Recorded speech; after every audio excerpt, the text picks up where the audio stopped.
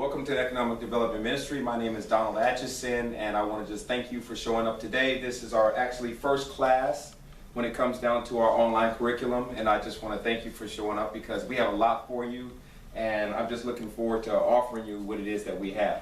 I'll start off by giving you a snapshot of myself. I've purchased over 30 properties in my life.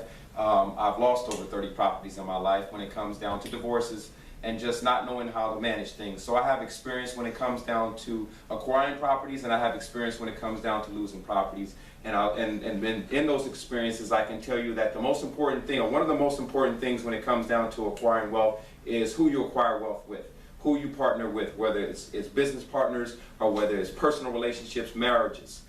Those are some of the most important relationships that you're going to need, or they're going to propel you either forward or hold you back, or actually bring you completely down. And those relationships, in essence, start with you. What's going on with you, and you usually attract what it is that you're about. So one of the things I like to look at when I look at business or any type of opportunity, I want to look at one is what's going on inside of me. How can I acquire this asset? How can this asset bring more into my life? And then how can I use that asset to bring things into other people's lives? So it's about, it's one big conglomerate, it's one big organization, or one big way of looking at things of perspective or substance when it comes down to unity or how we build one another up. Because I can tell you right now, if you don't have good partnerships or relationships, or people aren't receiving equal benefit, then your business is not it's on shaky ground. So we're going to start off with living on the offense. Living on the offense to Economic Development Ministry, or EDM as we like to refer to, is about taking charge of your life and not letting life just take charge of you.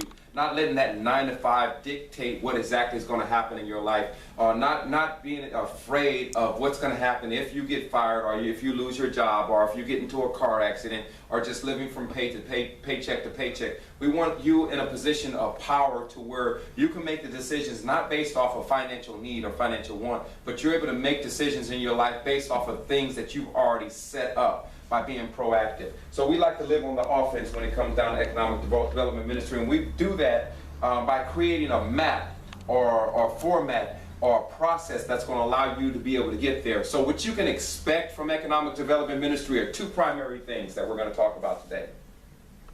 And that's economic empowerment. It's just starting off.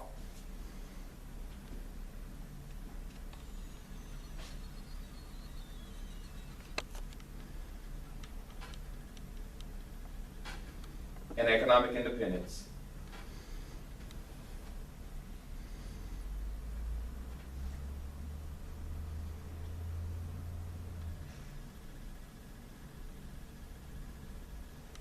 Now, economic empowerment, we're going to talk about that process for just a minute. We start off our program with giving you an assessment. That assessment is to ask you personal things, what's going on, certain questions about your personal life, certain questions about your economic life, certain questions about what it is that you want to do when it comes down to entrepreneurship and business. And what we do is we create this assessment that we refer to over a period of time to see if you're on track to what it is that you say you want to achieve. It sort of like allows us to help you set up milestones. So with that first thing that we do to achieve economic empowerment, we give you an assessment.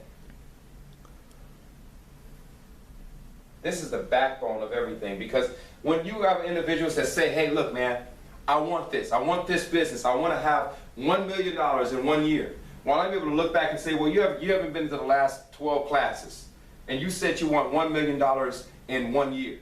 Well, according to what it is that you say you want, it doesn't match up with what it is that you're doing.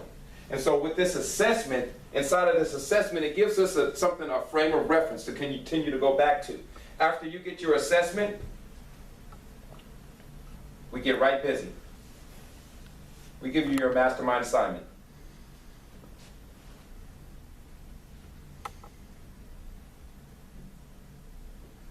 Now, your mastermind assignment is based off of your assessment.